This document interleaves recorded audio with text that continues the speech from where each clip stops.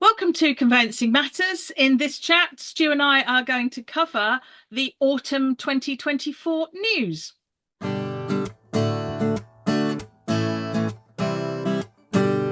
Welcome to Conveyancing Matters with Lorraine and Stu. Join us for a chat about all things property. So, Stu, autumn already. How are you?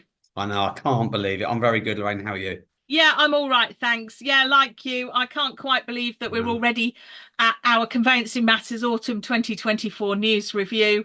Lots of things to point out that I think are sort of affecting conveyancers at the coalface. But of course, one Yep. of the most important things, Stu, is the next Conveyancing Matters networking event. So do I thought you were going to say the budget, but of course, bigger than the budget is absolutely the next Conveyancing Matters live event, isn't of it? course bigger than the budget. Absolutely, it's probably took more planning than the budget, Stu. I'm sure it did. I'm sure it did. To be quite frank. So who, what, when, where, why? Tell our lovely subscribers and potential subscribers about our event. Well, of course, for those that don't know, we cover some live events each year. We've got a new venue this year in Liverpool Street, so hopefully it's going to be a bit more convenient for everybody. So, Lorraine, where is it? It's at the Woodin's Shades pub, marvellously Go on. upstairs in the Woodin's Shades, well-known pub in Bishopsgate, as you say, near Liverpool Street Station in London. So super convenient in terms of location. What's the Yeah. date, Stu? It's the 13th of November. So we kick off around about 6 o'clock. We're going to be chatting all things conveyancing and in particular, material information, the TA6, etc. Yeah, exactly. The TA6 running saw continues, the update of the property information form. We've got a fair bit to say about that. And for anybody that doesn't know what the networking events are like, and frankly, I can't believe there's anybody out there that still doesn't. But yeah, they're, chats between property people, very informal. Our annual subscribers attend for free. So if you haven't subscribed and you want to, go to www.conveyancing-matters.co.uk. And if you become a subscriber, you get an individual subscriber gets the events and for free, and a CPD webinar every month, and other things that we do throughout the year. And corporate subscribers, they can send three people to the event. So we really hope that the subscription is really incredibly well priced, very reasonable, and you can come along to the events, network with property people, not just conveyancers, have a couple of drinks, 6 p.m. to 9 p.m, and listen to Stu and I having a little chat about topics of the day. And as I say, as Stu said, TA6 is still very much top of the list, and the problems that practitioners are facing. And you can get CPD events as well as lager. What else could people want, Stu? Exactly. We must also mention our sponsor, Search Bureau, again. So they'll be there taking any questions that anyone's got.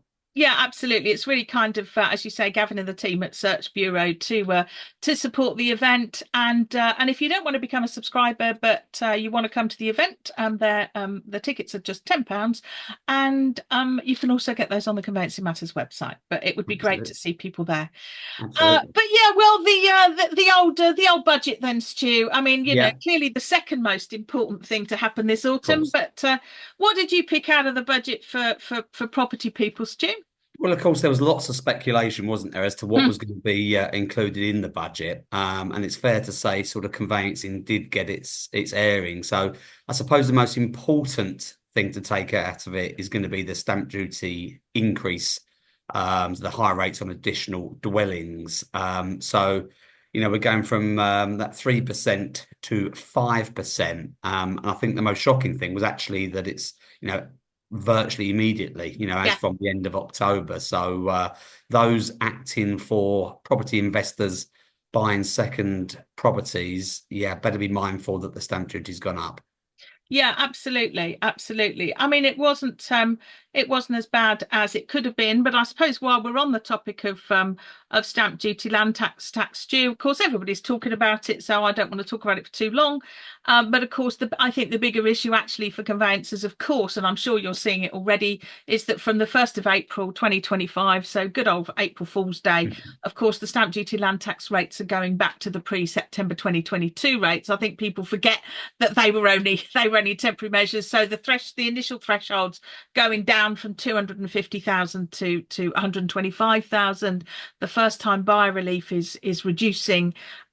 So you know, if a first-time buyer purchases a property at 350,000 after March 25, for example, there's going to be stamp duty land tax of £2,500, whereas currently they're not going to be paying anything. So it's absolutely crucial that you know, conveyancers that are advising their first-time buyers to factor in those additional stamp duty land tax costs for any purchases above 300,000 after. Yeah, I think stamp duty in general now is becoming such a big subject, far greater than it was maybe sort of 5, 6 years ago, pre sort of COVID, when the stamp duty holiday was implemented. It's now becoming something which is quite difficult to advise on. And I think it's really important that you kind of distance yourself from being an expert. Yeah. And make it clear that you're just relaying the information that's out there. And if they do have any particular worries, they can always consult a specialist to advise them. Yeah, they should absolutely. Yeah, it's a specialist subject. I think there's It is something. now. When somebody cleverer than me last counted, I think there's something approaching something like 50 reliefs. There's Yeah, something like 50 stamp duty land tax reliefs, and quite a lot of the sort of specialist stamp duty land tax sort of calculator companies actually point out, and I know they would, but actually that quite often the government stamp duty land tax calculator it often produces the wrong figure. yeah, So absolutely. it's a real concern. But the budget, Stu, did sort of have Yeah. again, there was a bit of a sort of whiff of a potential problem with capital gains tax. Did you have any observations on that? Yeah, so it wasn't as bad as maybe we'd thought, in that the rates of capital gains tax went from the 10 and 20 to 18 and 24 respectively. And again, that change took effect on the 30th of October 2024. So not as bad as maybe we'd feared on that one. Yeah, and I think the key thing is that the CGT rates applying to residential property Disposal. disposals Yeah. were unchanged. And I think, again, for buy-to-let investors in the market, and of course you act for a lot of them, Stu, don't you? That, I think, was one of the fears and one of the concerns, Worries. really, Yeah. wasn't it? Yeah. Um, Yeah. but actually, I'm of the view, Stu, and maybe you want to tell us a bit more about it. I'd really be interested to know your view that of course the Renters' Rights Bill is teetering through Parliament, and my view actually is that rather than the issue around sort of stamp duty, land tax, and capital gains, I think potentially the much bigger impact on the buy-to-let market might be the Renters' Rights Bill if it goes through, Well, yeah, pretty much absolutely. unchanged. I mean, it's something that is brought up by our clients that are investors very regularly, and the government seem to have this appetite, don't they, to push this through. Where we quite often moan about, the government's appetite to do various things, this is something that they really seem to have their teeth into. So it's abolishing the Section 21 evictions, moving to a simpler tenancy structure where all assured role tenancies become periodic. It's giving these tenants or tenants the increased rights. I think at the detriment maybe of the landlord. That's certainly what landlords and investors feel. On top of this, with the stamp duty increase as well, it's not the best of times for them, shall we say? Yeah, and I think the key thing is um from a conveyancer's perspective, is it if you're buying a property subject to a buy-to-let, we tend now these days, of course, not to get involved in the actual creation of the tenancy agreement. I think my view is, Yeah, Stu, I don't know about you, but since the tenancy deposit scheme was introduced, that felt to me like the sort of death knell for absolutely. property lawyers preparing tenancy agreements, and that just became the sort of the work of the letting agent. Yeah, absolutely. Completely agree with you. It's rare now that we get involved. I think what's really pivotal, though, and again, we always talk about the retainer we have with our client, but it's the advice that we give the client, and actually maybe distancing ourselves Mm. from the fact we're advising the client on the tenancy and that part of the purchase, because it is completely separate. And if you don't have the skill sets to advise the client, in this respect, then it's really important that you limit the retainer you've got. Yeah, I think that, and again, I can certainly see if the Renters' Rights Bill is introduced, as you said, Stu, it's a pretty seismic change from the Yeah. Housing Act 88, which introduced the ability for landlords to effectively get their properties back without having to prove a tenant had been a bad tenant. That's if Mm. Section 21 goes. Assured short holds that the nature of the tenancy agreement itself is going to be Yeah. different. And I hate to say it, but and tenants can, request pets and all the rest of it. I mean, I've got fairly strong views about that I'll keep to myself. Um, but the point is, I think as you say, it's really important that conveyancers think carefully about the advice they're prepared to give on the nature of the tenancy that's affecting the property that their client is buying. And I can see a period of time where there's going to be quite a lot of confusion and potential for error, frankly, by letting agents. I mean them no disrespect whatsoever, but this is quite seismic and very new if it's all introduced. And what concerns me is that if a letting agent effectively, gets the creation of the tenancy wrong, or there's a problem there, the advice then that we're going to be able to give our buyer clients about that, our investor clients, is going to be very, very difficult indeed. So I think that, to my mind, is the danger area for clients, really. Well, the danger area is the two crossing, of course. It's the conveyancing transaction, buying the property, and then becoming embroiled in advice, regarding, tenancies and whatnot. And everything at the moment seems to be giving the tenants more rights, the landlords less. And of course, your client is the landlord. So it's very important you kind of draw that line in the sand as to what you're advising on.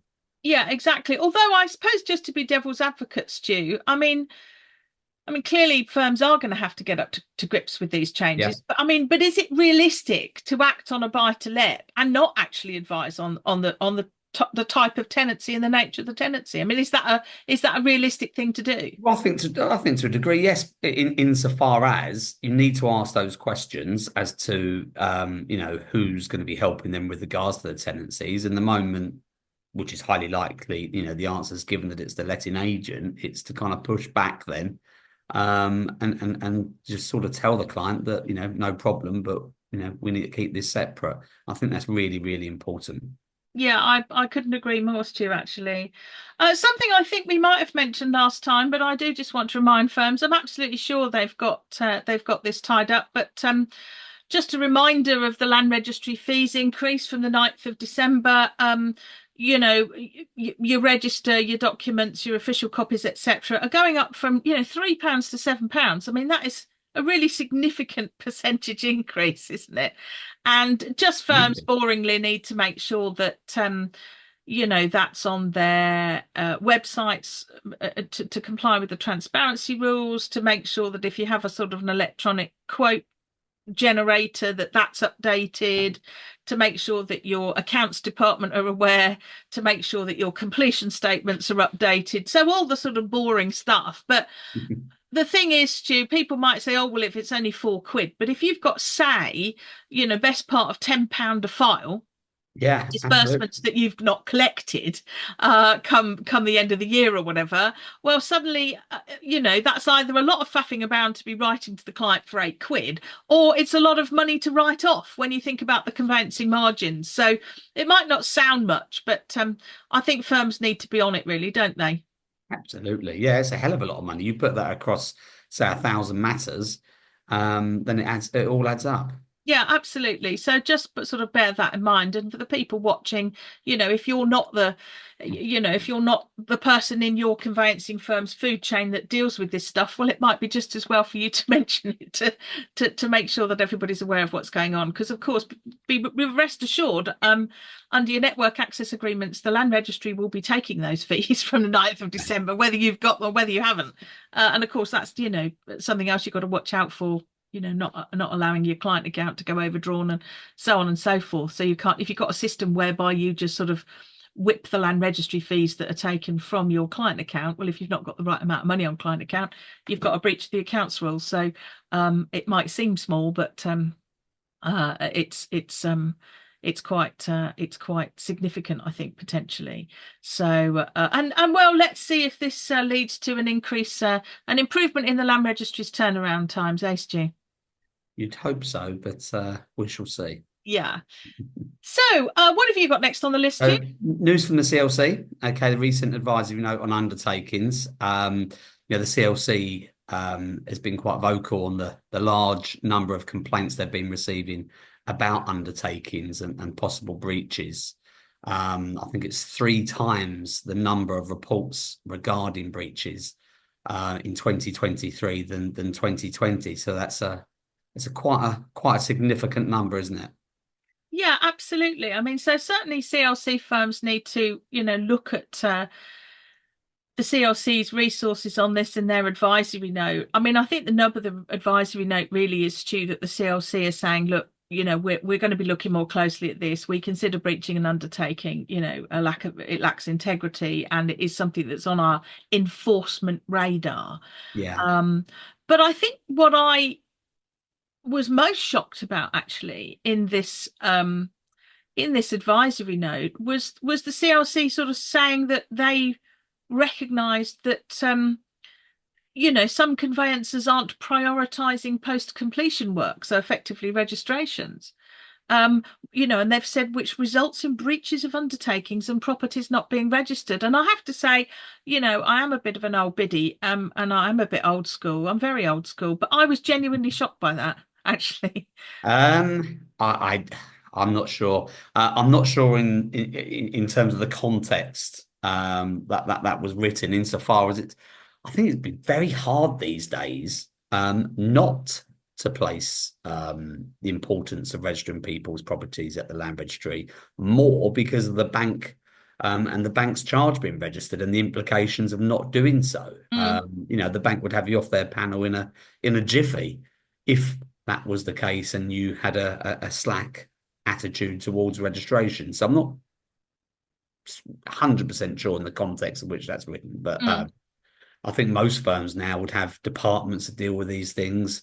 And with the sort of digital enhancements that lenders have made in terms of monitoring stuff, I really do think that it's hard not to find, it'd be hard to find firms not placing importance on it.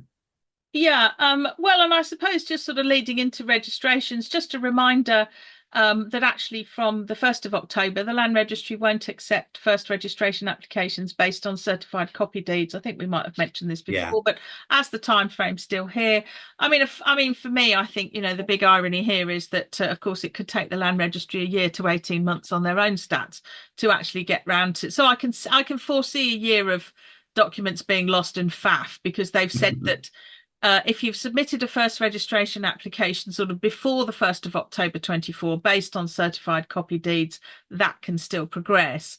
But after that, they're expecting original deeds. And interestingly, and this I've taught this stuff for years too, and I think it's interesting what the land registry say they want on a first registration and what we actually send. Yeah. Two very different things, because they remind us that they expect us to produce opinions of counsel, abstracts of title, copies of documents, contracts for sale, requisitions, replies, searches, and other documents relating to the title.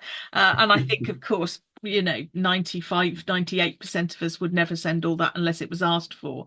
I Yeah. think a couple of points from the Land Reg, and this is, I think, very practical for conveyancers given the Land Registry's own delays, quite frankly. I don't want to rub it in, but it is what it is, because the Land Reg have reminded us that if there's no good explanation for the absence of original deeds, we may not be able to give an absolute title. And I think the real devil here, Stu, is the Land Reg saying we will return the pre-registration deeds after registration. Well, I think 10 years ago, even you and I were in practice full time, and we would use the document exchange. Yeah. Sending something as precious as unregistered title Yeah. deeds wouldn't really have vexed us. But of course, those days have largely gone. Lots of firms, and we've got to be careful what office we send original title Yeah. deeds to. The prospect of them getting lost, I would think, is very, very high. Yeah. I think that firms are going to need to be sending these, frankly, next day signed for delivery, which is another disbursement. I mean, I don't think you could do anything else now, could you? no, Bigger risk. I don't think so. And of course, the boring thing is that firms shouldn't be breathing a sigh of relief saying, oh, good, we haven't got to copy documents anymore. Because, of course, they absolutely, in my view, should be keeping certified copies of every single thing they send, ready for when the Land Registry lose them, which I hate to say it, but I think invariably is going to happen. Unfortunately So so. Yeah, I think so. unfortunately so. And, I mean, no detriment to the Land Registry, but if they are taking a year to process applications of this nature, it's reasonable to assume that some things aren't going to end up in the right place. Absolutely. And I Absolutely. think, I mean, I don't know what you think, Stu, but I think people in firms now don't understand the importance and the significance of original title deeds. That Well, art is I being suppose you've lost. got the balance of unregistered title becoming less, Yeah. number one. And then, of course, the rise in digitalization anyway. I suppose those two together, as you know, as organically kind of led firms to have little, and more little in terms of the way they deal with the original Well, documents. and dare I say, firms now having more people working within them who just haven't been trained on this area, who Yeah. haven't been trained on unregistered. And frankly, to a shameless plug, but if anybody's interested, as we said at the beginning of this news session, Stu, we do for our subscribers, we produce a CPD webinar every month, a brand new one for everybody, and of course we've done unregistered title, haven't we? Yeah. Also, just another point, there are actually now, I've noticed a few firms, so I'm assuming there's probably quite a large number that won't actually deal with unregistered. Which is interesting, isn't it? Yeah, there's a lot more that won't. And I think that there's a particular firm that refers unregistered work to us, and they operate a very remote way of working. So a lot of their staff are not in the offices, things like that. I do wonder whether, that has also led to firms, worrying about the risk. And of course, you could argue, couldn't you, if there's a problem with this, is it worth it? The volume of work that there is that's unregistered, I can see why some firms might adopt the attitude that it's not worth bothering. Yeah, I mean, something that also irritates me with unregistered is just when you send a perfectly, valid contract and sensible epitome, and the buyer's conveyancer's immediate reaction is register it. Yeah, No, absolutely. no, Yeah, there's no defects in title. You just, yeah. you But just get again, on this with this it. goes back to is it worth doing it? Or certainly, you need to look at the cost and the fees that you're going to charge because quite rightly, as you say, I would now say that almost 50% of every opposing lawyer's attitude is for it to be Mm. registered. Which is Yeah, really but difficult, which is really difficult when you then, you look at it and it is one of those where the route is absolutely, easy peasy. It's not as if we're using other documents other than conveyances and stuff like that. So, yeah, I think the people's skill set in unregistered is I suppose naturally and organically coming to an end, isn't it? yeah, it is. Well, and of course, as you say, the sort of fees and costs, it's important because, frankly, at the end of the day, if you are dealing with an unregistered purchase, despite the land registry's change in attitude and wanting the original deeds, one of your staff members is going to have to be strapped to a photocopier or a scanner Yeah, to copy those documents. And please do remember, and this is so dull, but please do remember that a scanned document that is not properly certified is not acceptable by the land registry. So please don't think that just scanning the documents without certifying them as true copies of the original is going to be acceptable because it isn't. So do just bear that in mind. So, Stu, what else absolutely. has caught your eye? Well, back to the CLC again, and their code for changes. So from the start of next year, we've got the revised code of conduct that you can now view, of course. And the code in general just puts increased importance on knowing your client, and of course the high standards of professional conduct and promoting and supporting equality, diversity, and inclusion. So yeah, that comes into force from the 1st of January 2025. Yeah, I mean, and it's one of those strange things, isn't it? Because sometimes when our regulator does something, those of us at the coalface, you sort of think, oh, well, that might not have any direct effect on me. Yeah, But I think, and this is one of your mantras, really, isn't it, Stu, the know your client thing. absolutely. So it really is very obvious that the CLC has got that in their crosshairs, really. They've got that in their sights. So I do think it is going to have a sort of a day-to-day impact. Of course, people higher up in the firms are going to need to be looking at what the new code says, and you might have to be changing some of your sort of your client care or your standard letters to make sure that things are up to date.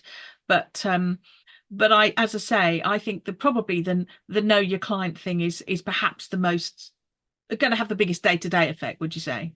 Absolutely, especially again, we go back to sort of everything digital, don't we? Knowing your client and KYC. I mean, that term doesn't really get used a lot now, does it? So yeah, it's very important.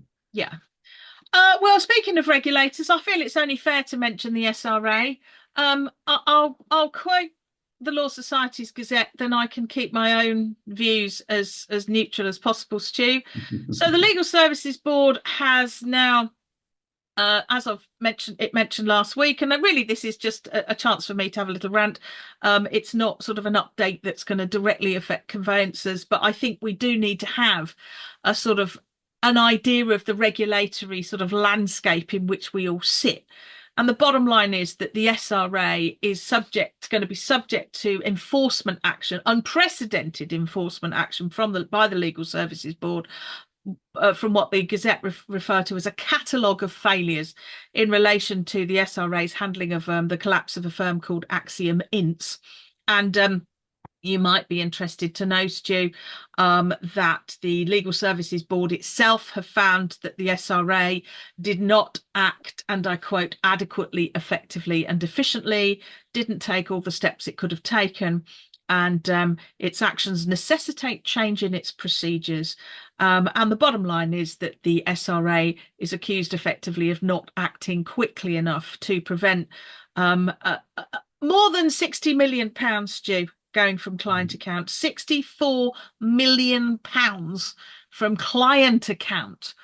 So we all have to think about, client account going overdrawn if £10 is inadvertently taken for, or £8 is inadvertently taken for payment of a land registry disbursement when it shouldn't have been. The SRA's own guidance on its accounts rules to say, a small sum like perhaps our £8 disbursement isn't of potentially, itself a problem. But if a pattern of behaviour becomes evident, so perhaps one fee earner is consistently sort of allowing £8 to be taken from client account when client money is not in client account, that could be a breach of the accounts rules.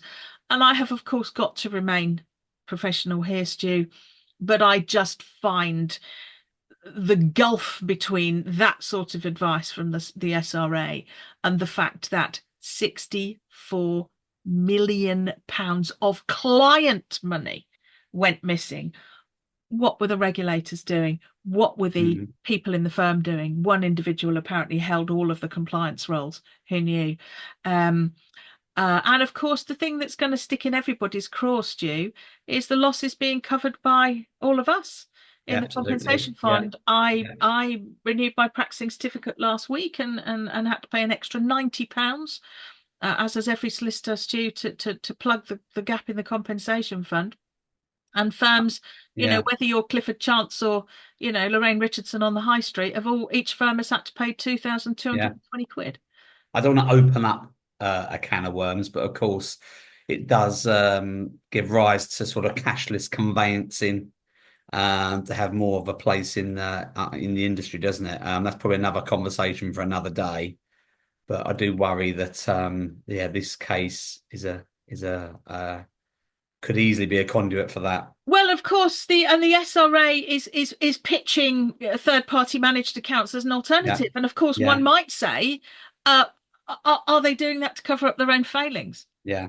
I just find it extraordinary, but what I do think younger people in the profession, those who are qualifying as solicitors, need to think about is the fact that what this debacle has done, Stu, is create the precedent that compensation fund payments they're not prepared to cap them, because there was certainly an argument that actually the compensation fund wouldn't necessarily have been the fund of last resort for all the people that have suffered loss. 1,400 poor people lost their jobs.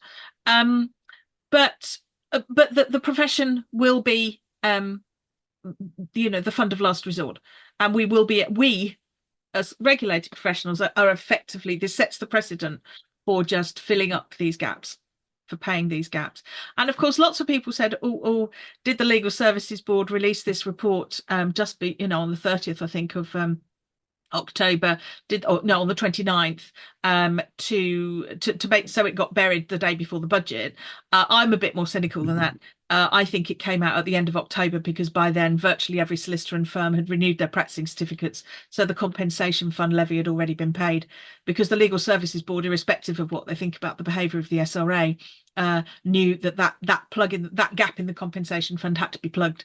And if this report had come out a couple of months ago, probably hundreds, if not thousands, of solicitors would have all said, well, actually, why are we paying and why are we paying this levy when actually it's the regulator that's at fault? So that's my view for what it's worth. But anyway, um, but on to things that perhaps, changes also. The Competition and Markets Authority, Stu, have sort of reported on the on the property market, and of course we're constantly faced, aren't we? We've talked about it before with this suggestion as to whether or not leasehold is going to be reformed. Yeah. I have to say, and maybe this is just me, but I have to say the current, very new, of course, Housing and Planning Minister, Matthew Pennycook, he did refer to fleecehold private estates, fleecehold. And I just think, actually, is that not just a little bit childish for a minister? Do they really understand the 1,000 years of history behind the leasehold form of tenure? I just found that really quite childish, I have to say. But as we've talked about before, Stu, the government is certainly circling the wagons around the sort of trying to reinvigorate common hold.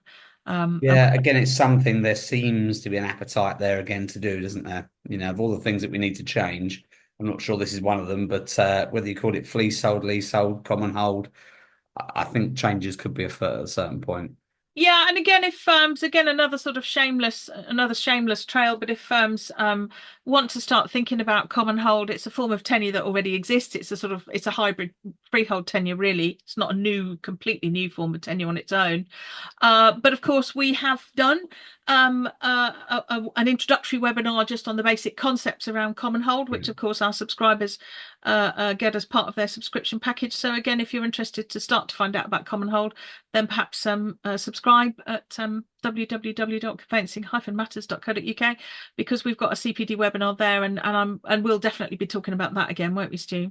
Absolutely. I think it's going to be something we're going to hear a lot more about over Yeah, definitely. years for sure. And then probably to conclude today, Stu, the government has confirmed it's going to be putting a new consumer code for house builders together and the new ombudsman services to hopefully empower homeowners. But of course, we already have the consumer code for home builders. And actually, it's really interesting because there's quite a significant amount of confusion and uncertainty around the role of the consumer code for home builders and the new Homes Ombudsman and the consumer code for house builders. And actually, the frankly utterly delightful chair of the consumer code for home builders, Noel Hunter, is going to be joining us as a guest very soon to hopefully clear up some of the confusion. So I think that for conveyancers will be a really, really useful chat. Must. Yeah, definitely. Yeah, I mean, Noel is a very, very good speaker, but there has definitely been some inaccurate information that's been put out by the New Homes Quality Board, for example, which the Consumer Code for Home Builders is feeling the need to sort of publicly clarify. So it's really, really timely that Noel will be joining us really soon. So hopefully lots of news and food for thought for our lovely conveyancers there, Stu. Yeah, few big changes this month, dare I say, or this quarter. So lots to digest. Yeah, absolutely. So and we'll no doubt be talking in another couple of months on our winter news update on how those changes are going. So, well, we hope everyone has enjoyed and found this chat useful. And, well, we hope to see everyone again soon, don't we? Absolutely. Take care. Take care. Bye.